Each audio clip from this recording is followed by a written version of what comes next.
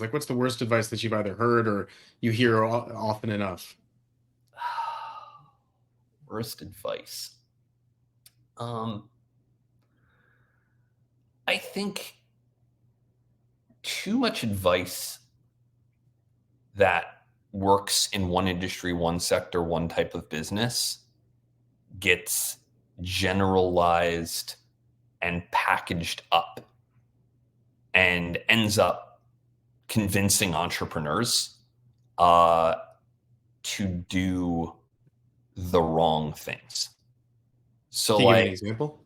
Yeah. um, yeah, so like, there's a lot of entrepreneurs out there who, have built e-commerce products, viral social apps, what have you. And, they tend to be a pretty evangelical group of people. Um, and you see their advice out on Twitter and, selling courses or whatnot. And it gets picked up by like people building B2B apps, people doing services, and they're trying to like employ those same techniques, and it just doesn't work. And so a lot of what I try to avoid doing is giving kind of overgeneralized advice to founders um, that is specific from certain business. I've built businesses across consumer and enterprise, um, but like, and the lessons from those are very different. And if you try to employ kind of one set of lessons from one business into another, it's not necessarily going to work.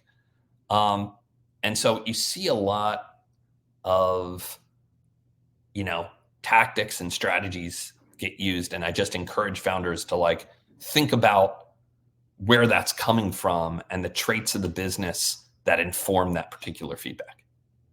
Did you make any of those mistakes? Like, did you take, Oh, totally. try to take, Yeah, I like mean, we what? tried to take lessons. I mean, General Assembly, did extraordinarily well. We built the largest trade school in tech and design in the U.S., and a big part of that was brand, was building this great consumer brand, and a big part of that brand was about aesthetics. It was about the look and feel of the spaces. It was about the emotions that those spaces evoked when you walked in.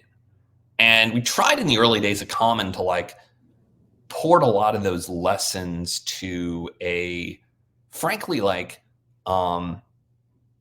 value oriented housing product that was targeting people who were looking for affordability first and foremost. And we found out pretty quickly that like a lot of the brand constraints that we had put on ourselves, lessons from General Assembly, didn't really work. I mean, people wanted affordability. A great example is like in all of our original buildings, we forced developers to use real hardwood floors. So we're like, we felt that looked a lot better than LVT. But it drove a lot of cost. I mean, it really increased the cost of developing common co-living. It turns out people didn't care nearly as much as you Turns thought out they people would. didn't care. Like we started doing buildings with LVT because we took over some competitors' buildings, and we started working with developers who that was a requirement of theirs, and nobody cared. They moved just as well as the ones with the hardwood floors did.